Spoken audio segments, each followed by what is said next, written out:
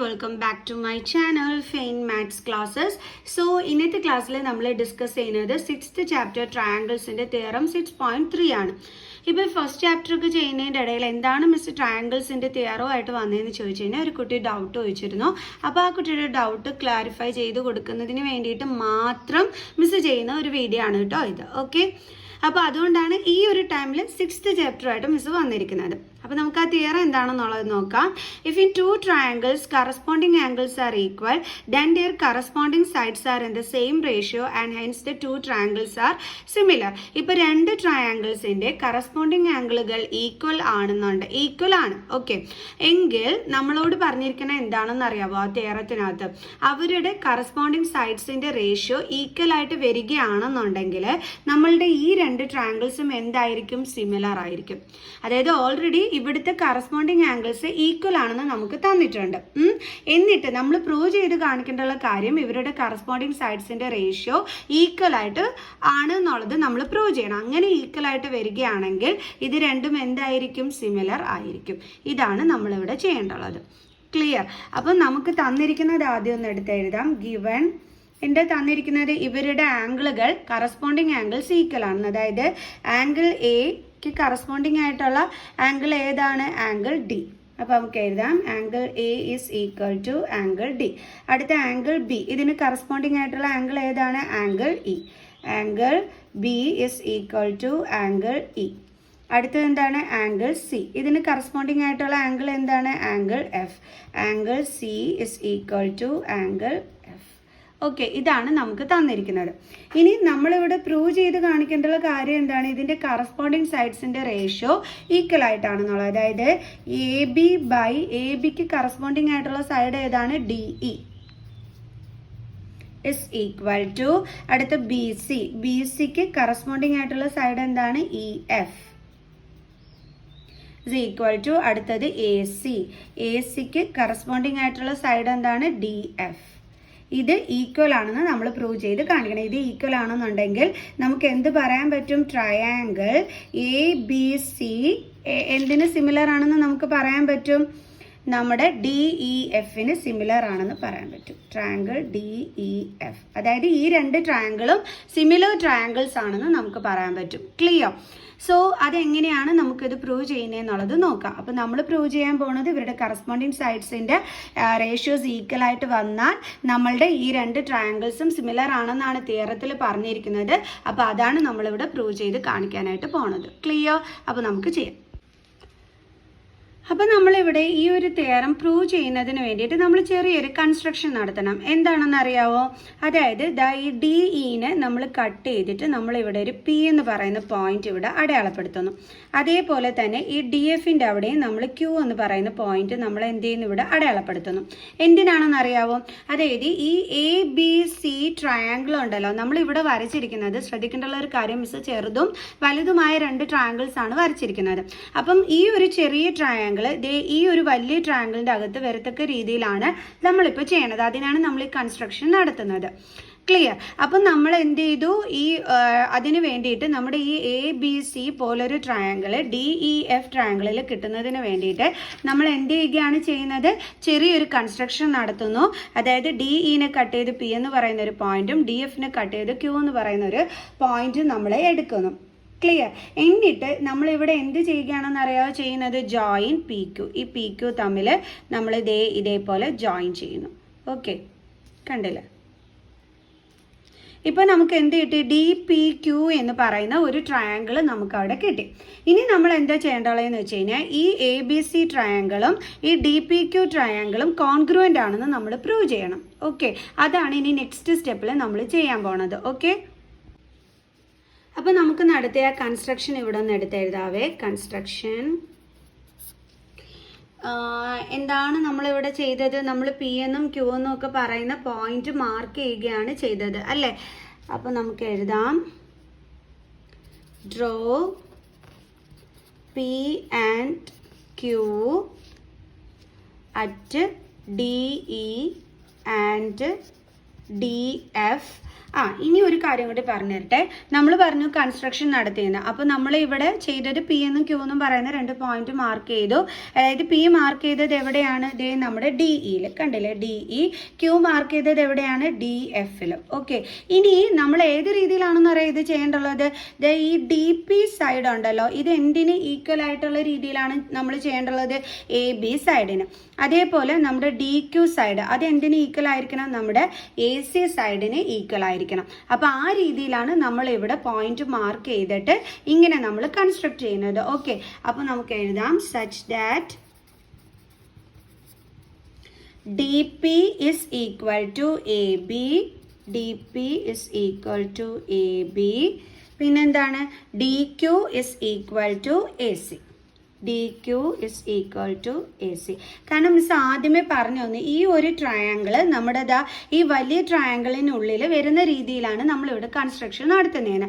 അപ്പോൾ തീർച്ചയായിട്ടും ഈ DP സൈഡ് എന്തിന് ഈക്വൽ ആയിരിക്കണം? ABക്ക് ഈക്വൽ ആയിരിക്കണം. DQ സൈഡ് എന്തിന് ഈക്വൽ ആയിരിക്കണം? AC സൈഡിന് ഈക്വൽ ആയിരിക്കണം. ആ രീതിയിലാണ് നമ്മളിവിടെ കൺസ്ട്രക്ഷൻ നടത്തുന്നത്. ഇനി മിസ് പറഞ്ഞു തന്നു ഈ ട്രയാങ്കിളും എന്താണ്?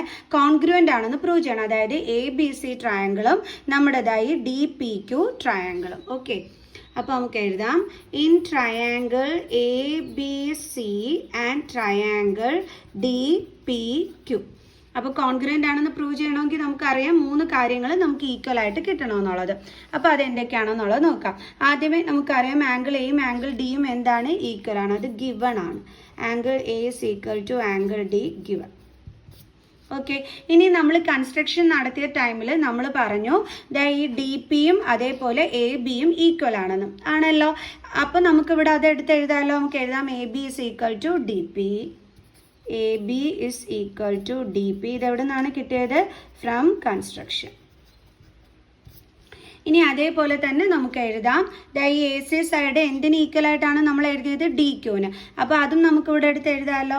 AC is equal to DQ. ഇതും എന്താണ്? From construction. 3 കാര്യങ്ങൾ ഈക്വൽ ആയിട്ട് കിട്ടി. അപ്പോൾ നമുക്ക് പറയാം triangle ABC congruent to triangle DPQ by എന്ത് തിയറം വെച്ചിട്ടാണ്? നമ്മൾ ഇവിടെ ഒരു സൈഡ് അല്ലേ, പിന്നെ നമ്മൾ ഇവിടെ ഒരു ആംഗിൾ വന്നു, പിന്നെ ഒരു സൈഡ് വന്നു. അപ്പം SAS കോൺഗ്രുവൻസി അല്ലേ. അപ്പോൾ നമ്മൾ കോൺഗ്രുവൻ്റ് ആണെന്ന് പ്രൂവ് ചെയ്തു. ഓക്കെ, ഇനി അടുത്ത നമ്മൾ എന്താ ചെയ്യാൻ പോണേന്ന് അറിയാമോ? അതായത് നമുക്കിപ്പോൾ ഇവിടെ ഈ റേഷ്യോസ് ഒക്കെ ഈക്വൽ ആണെന്ന് കിട്ടണമെന്നുണ്ടെങ്കിൽ നമുക്ക് ചെറിയൊരു കാര്യം കൂടി വേണം. അതായത് നമ്മൾ ഇനി നെക്സ്റ്റ് സ്റ്റെപ്പിൽ ചെയ്യാൻ പോണത് ഈ ഇവിടുത്തെ ആംഗിൾ കണ്ടോ, ഈ ഒരു ആംഗിളും അതേപോലെ ഈ ഒരു ആംഗിളും നമ്മൾ എന്ത് ചെയ്യാൻ പോവുകയാണെന്ന് അറിയാവോ? നമ്മൾ ഇത് രണ്ടും നമുക്ക് ഇപ്പോൾ ഈ ഒരു 2 ലൈനും പാരലൽ ആണെങ്കിൽ നമുക്ക് പറയാം ഈ 2 ആംഗിൾസും എന്താണെന്ന്? കറസ്പോണ്ടിങ് ആംഗിൾസ് ആണെന്ന് പറയാൻ പറ്റും. ആണല്ലോ. അപ്പം ഈ കറസ്പോണ്ടിങ് ആംഗിൾസ് ഈക്വൽ ആണെന്ന് ഇവിടെ കൊണ്ടുവന്ന് ഈ 2 ലൈനുകളും പാരലൽ ആണെന്ന് പറയുന്നതിന് വേണ്ടിയിട്ട് നമ്മളിവിടെ CPCT വെച്ചിട്ട് ഈ ആംഗിൾ ബിയും അതേപോലെ തന്നെ നമുക്ക് ഈ ആംഗിൾ പിയും എന്താണെന്ന് പറയാം? ഈക്വൽ ആണെന്ന് പറയാം by CPCT. Angle B is equal to angle P by CPCT. നമ്മൾ പഠിച്ചിട്ടുണ്ട് 2 ട്രയാങ്കിൾസ് കോൺഗ്രുവൻ്റ് ആണെങ്കിൽ അതിൽ എന്തൊക്കെ ബാലൻസ് ആംഗിൾസ് ഉണ്ടോ അവരെല്ലാം എന്തായിരിക്കും? CPCT വെച്ചിട്ട് ഈക്വൽ ആയിരിക്കും അല്ലേ. അപ്പോൾ നമുക്ക് പറയാം ആംഗിൾ ബിയും ആംഗിൾ പിയും ഈക്വൽ ആണെന്ന് തീർച്ചയായിട്ടും പറയാം. ഇനി നമ്മൾ ഗിവണിൽ എഴുതിയിട്ടുണ്ടായിരുന്നു ആംഗിൾ ബി എന്തിന് ഈക്വൽ ആണെന്ന്? ആംഗിൾ ഇക്ക് ഈക്വൽ ആണെന്ന്. അതും കൂടി നമുക്കൊന്ന് എടുത്ത് എഴുതാം. ഗിവൺ. ഇപ്പം നിങ്ങൾ നോക്കിക്കഴിഞ്ഞാൽ ഈ 2 ആംഗിൾസും ഒരൊറ്റ ആംഗിളിനാണ് ഈക്വൽ ആയിട്ട് വന്നിരിക്കുന്നത്. ഇങ്ങനെ വന്നു കഴിഞ്ഞാൽ നമുക്ക് പറയാമല്ലോ ഇവരും പരസ്പരം എന്തായിരിക്കും? ഈക്വൽ ആണെന്ന്.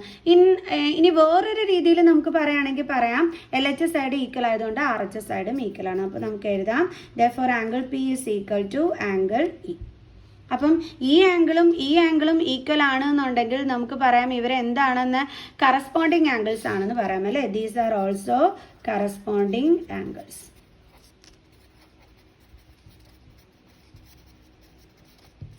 Corresponding angles. ഓക്കെ. അയ്യോ മിസ് ആംഗിൾസ് സോറി ട്ടാ. These are also corresponding angles. അപ്പോൾ കറസ്പോണ്ടിങ് ആംഗിൾസ് ഈക്വൽ ആണെങ്കിൽ നമ്മൾ പഠിച്ചിട്ടുണ്ട് ഈ രണ്ട് ലൈനുകളും എന്തായിരിക്കും, പാരലൽ ആയിരിക്കും. എപ്പോഴാണ് രണ്ട് ലൈൻസ് പാരലൽ ആയിട്ട് മാറുന്നത്? ഒന്നുകിൽ ഓൾട്ടർനേറ്റ് ഇന്റീരിയർ ആംഗിൾസ് ഈക്വൽ ആയിരിക്കണം, അല്ലെങ്കിൽ കറസ്പോണ്ടിങ് ആംഗിൾസ് ഈക്വൽ ആയിരിക്കണം, അല്ലെങ്കിൽ കോ ഇന്റീരിയർ ആംഗിൾസിന്റെ സം 180 ആയിരിക്കണം. ഇവയിൽ ഏതെങ്കിലും വരുമ്പോഴാണ് രണ്ട് ലൈനുകൾ പാരലൽ ആയിട്ട് മാറുന്നത്. അപ്പോൾ ഇവിടെ നമുക്ക് CPCT വെച്ചിട്ട് ഇതും ഈക്വൽ ആണെന്ന് കിട്ടി, ഗിവൺ വെച്ചിട്ട് ആംഗിൾ ബിയും ആംഗിൾ ഇയും ഈക്വൽ ആണെന്ന് കിട്ടി, അവിടുന്ന് നമുക്ക് പിയും ഇയും ഈക്വൽ ആണെന്ന് കിട്ടി. അതായത് ഇവരെന്താണ്, കറസ്പോണ്ടിങ് ആംഗിൾസ് ആണ് അല്ലേ. അതായത് ഈ രണ്ട് ലൈനുകളെയും ടച്ച് ചെയ്യാൻ വന്ന ട്രാൻസ്വേഴ്സൽ ലൈനാണിത്. അപ്പം ഇതും എന്താണ്, കറസ്പോണ്ടിങ് ആണ്. അപ്പോൾ ഇതും കറസ്പോണ്ടിങ് ആണെങ്കിൽ ആ കറസ്പോണ്ടിങ് ആംഗിൾസ് ടച്ച് ചെയ്യുന്ന ലൈനുകളായ PQവും EFും എന്തായിരിക്കും, പാരലലുകൾ ആയിരിക്കും. അത് നമ്മുടെ പാരലൽ ലൈനിന്റെ പ്രോപ്പർട്ടി വെച്ചിട്ടാണ് കേട്ടോ. അപ്പോൾ നമുക്ക് പറയാം PQ പാരലൽ ടു EF.